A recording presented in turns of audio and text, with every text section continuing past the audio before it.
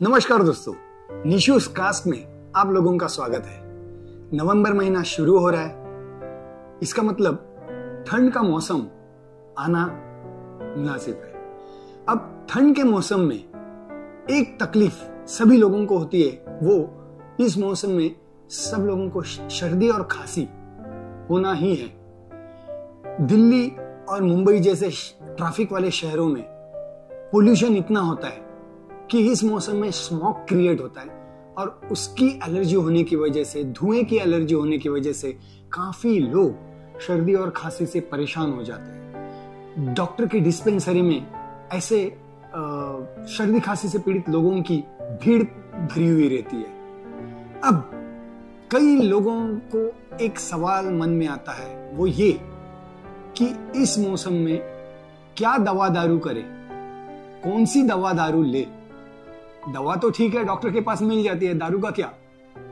तो जो दारू कहते हैं, जिसे हम शराब कहते हैं, वो कौन सी लेनी है और क्या वो असर करती है या नहीं।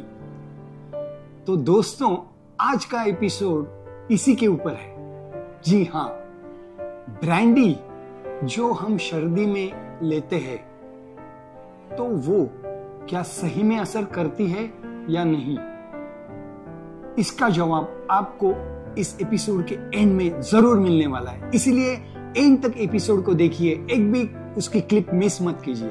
ठंड के मौसम में नॉर्मली ब्रांडी, वोडका, रम ऐसे अल्कोहल को कंज्यूम किया जाता है।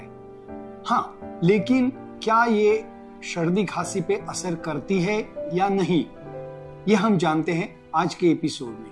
आज के एपिसोड में मैं ले रहा हूं स्पेशली ब्रांडी, क्योंकि ब्रांडी हम बचपन से जानते हैं कि एक दवा की तौर पर हमारे दादाजी या तो हमारे पिताजी हमें दिया करते थे, या उसे हमारी चेस्ट के ऊपर या छाती के और पीठ के ऊपर मला करते थे, उसको लगाया करते थे ताकि खांसी सर्दी दूर हो जाए। तो क्या ये ब्रांडी इतनी असरदार है? पहले हम जानते हैं कि ब्रांडी कैसे बनती है। ब्रांडी बनती है ग्रेप्स से। जो ग्रेप्स से जो वाइन बनती है, उसी को और डिस्टिल करने से जो अल्कोहल निकलता है, यानी ग्रेप्स को और ज्यादा यीस्ट डाल के फर्मेंट किया जाए और वो फर्मेंटेशन एक सर्टन ड्यूरेशन में आने के बाद उसको अगर हम डिस्टिल करते हैं, या तो डिस्टिलरी में डिस्टिल करके जो अल्कोहल निकलता है, हाई एबीवी वाला अल्कोहल निकलता है, उसे ब्रांडी कहा जाता है। It's burned wine, that's why it is called brandy. Brandy की टेंडेंसी गर्म रहती है, जैसे रम और वोडका की रहती है, वैसे ही ब्रांडी की रहती है। इसीलिए ठंड के सीजन में ये कंज्यूम किया जाता है। आज मैं आप लोगों को ब्रांडी पीने का तरीका बताने वाला हूं, वो भी दवा के तौर पर। मैं कोई डॉक्टर नहीं हूं, लेकिन ये ब्रांडी जो हमने बचपन से सुनी है, हमारे दादाजी और पिताजी के जरिए हमें इसका थोड़ा बहुत तो पता है कि ब्रांडी सर्दी खांसी के दरमियान पी जाती है। लेकिन आज मैं बताऊंगा कि ये ब्रांडी कब, कैसे और कितनी मात्रा में कंज्यूम करनी चाहिए एज अ मेडिसिन। इसका असर हर एक व्यक्ति के प्रकृति के ऊपर डिपेंड करता है कि वो उस पर असर करेगी या नहीं करेगी। हर एक व्यक्ति की प्रकृति इसको अलग अलग तरीके से रिस्पॉन्ड करती है। मुझे अगर सर्दी खांसी हुई तो मैं किस तरीके से कभी कभार इस ब्रांडी का सेवन करता हूं, ये मैं आपको आज बताने जा रहा हूं। तो चलिए, पहली बात तो यह है कि मैं ये इलाज सिर्फ रात को सोने के समय करता हूं, वो भी पूरी तरह ब्रश वगैरह होने के बाद, पानी वगैरह पीने के बाद, गला जब भी क्लियर रहेगा, उस समय ही मैं उसको कंज्यूम करके सीधे बेड में सो जाता हूं। तो चलिए, मैं कैसे पीता हूं ये तरीका आपको बताता हूं। हो सकता है ये आपको असर करे या ना करे। हाँ, एक चेतावनी मैं देना चाहता हूं, अगर सर्दी खांसी ज्यादा है और आप अगर डॉक्टर की ट्रीटमेंट ले रहे हैं, तो कोई भी अल्कोहल का कंजम्पशन आप नहीं कीजिए, क्योंकि कई बार डॉक्टर की दवाओं में एंटीबायोटिक्स रहते हैं, या तो ऐसी कुछ दवाएं रहती है जो अल्कोहल का कंज्यूम करने से एडवर्स इफेक्ट कर सकती है। तो ये आप जान लीजिए कि अगर आप डॉक्टर की कोई भी दवा ले रहे हैं तो कभी भी अल्कोहल का सेवन मत कीजिए। बाजार में कई तरीके की ब्रांडी मिलती है, लेकिन जो अच्छी ऑथेंटिक ब्रांडी है वो आप अगर लें तो उसका असर सही होता है। तो इसके लिए मेरे पास है आज सेंट रेमी एक्सो ब्रांडी। यहाँ पे मॉर्फस ब्रांडी भी है और कई अच्छी अच्छी ब्रांडीज मार्केट में मिलती है। जैसे विस्की का एजिंग के हिसाब से ग्रेडेशन होता है, 8 year old, 12 year old, 15 year old, 20 year old, like that.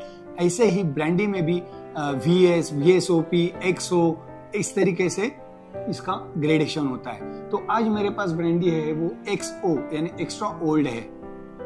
Brandy हमेशा ऐसे स्निफ्टर ग्लास में पी जाती है और वो भी गर्म पानी के अंदर, या तो नॉर्मल ब्रांडी पी जाती है। ब्रांडी में कभी भी आइस क्यूब या तो ठंडा पानी नहीं डाला जाता, ये आप जान लीजिए। अगर आप ऐसे कहीं बार में गए और वहां पे अगर आपने ब्रांडी ली और उसमें आइस डाला है तो ठंडा पानी डाला या तो कुछ कोक वगैरह डाला तो शायद ये हंसने वाली बात हो जाएगी। इसीलिए मैं आपको बता रहा हूँ, brandy should be taken neat और नॉर्मल वाटर और ल्यूक वार्म वाटर। तो जानते हैं आज मेरा तरीका ब्रांडी लेने का। ये ब्रांडी हम दवा के तौर पे पी रहे हैं, इसीलिए लास्ट में सोने जाते वक्त पीनी है। इसीलिए मैंने, या तो आपके पास स्निफ्टर ग्लास होगा तो स्निफ्टर ग्लास लीजिए, या तो कोई भी ग्लास चलता है, या तो सिंपल कप लीजिए जिसमें हमें कम मात्रा में ही वो पीनी है। इसके लिए this cup is enough for that. चलो तो देखते हैं कैसे बनाना है। इसके लिए लगने वाले इंग्रेडिएंट्स है ब्रांडी, हनी, कोई भी प्योर हनी लीजिए, एंड हॉट वाटर, गुनगुना पानी। ब्रांडी लेते टाइम कभी भी हम हनी का इस्तेमाल करते हैं, या तो हनी कभी भी गर्म पानी में नहीं लिया जाता है, ज्यादा गर्म पानी डालना हानिकारक होता है। तो इसीलिए ल्यूक वार्म वाटर, बस गुनगुना पानी, और वो हमें लेना है। चलो बनाते हैं आज का ये कॉकटेल कहूं या एक दवा कहूं, चलो बनाना शुरू करते हैं। इसके लिए मैं लूंगा 30 to 40 ml ब्रांडी।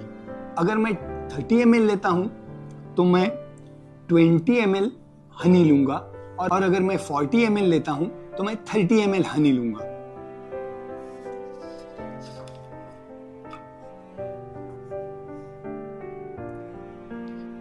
मैंने सिर्फ 30 ml लिया है। आज मैं स्निफ्टर ग्लास में बना रहा हूं क्योंकि ये दवा के तौर पे लेना है, इसके लिए मैं 30 ml ही लिए।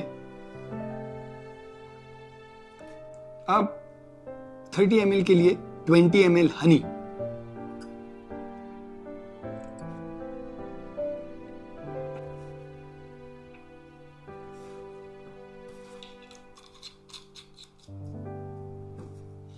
अब इसको पूरी तरह स्टर कीजिए।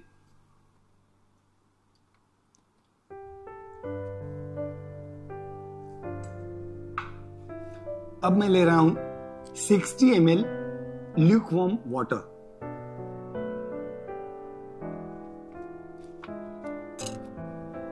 यस, गर्म पानी। इसको भी अच्छी तरह स्टर कर लीजिए।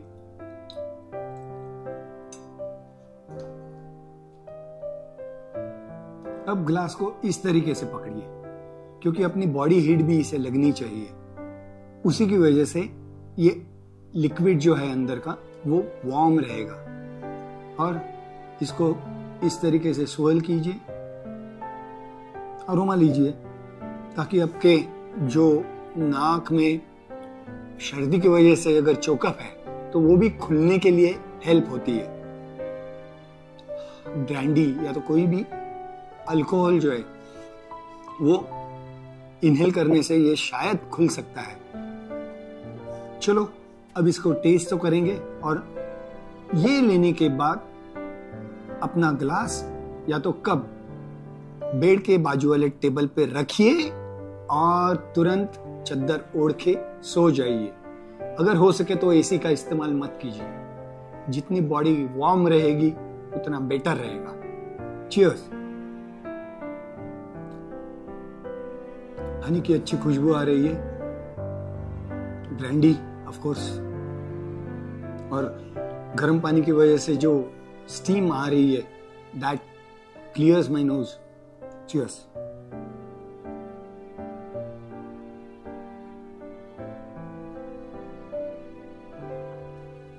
इसे एकदम धीरे से निगलना है।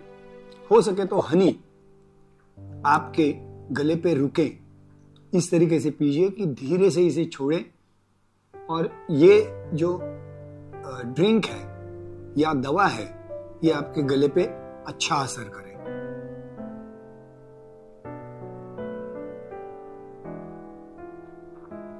वाह, सूदिंग, वेरी सूदिंग। अगर आप हनी की मात्रा थोड़ी कम चाहते हैं तो भी चलेगा।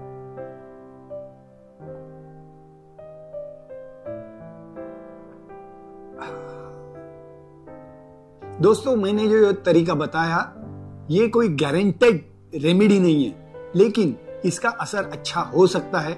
आप भी कोशिश करके देखिए और मुझे कमेंट में बताइए क्या आपको ये असरदार साबित हुई। ये भी एक तरीके का कॉकटेल है जो मैंने आज आपको बताया। ये जनरल पीने में भी मजा आता है, सिर्फ पानी की क्वांटिटी जरा बढ़ा दीजिए तो और सूदिंग और अच्छा लगेगा। तो दोस्तों बताइए आपको ये एपिसोड कैसे लगा। वैसे ही अच्छे एपिसोड्स देखने के लिए निशूज कास्ट को जरूर सब्सक्राइब कीजिए अगर नहीं किया है तो। अगर किया है तो शेयर कीजिए, लाइक कीजिए, दोस्तों को बताइए कि ये भी एक अच्छा बढ़िया इंफॉर्मेशन देने वाला चैनल है जिसका नाम है निशूज कास्ट। और कितनी भी अच्छी ड्रिंक हो, कितनी भी अच्छी दवा हो या दारू हो, निशूज कास्ट हमेशा एक चीज सिखाता है, drink moderately, don't drink and drive, drink responsibly and let's learn how to drink it right. Cheers to Nishu's Cask.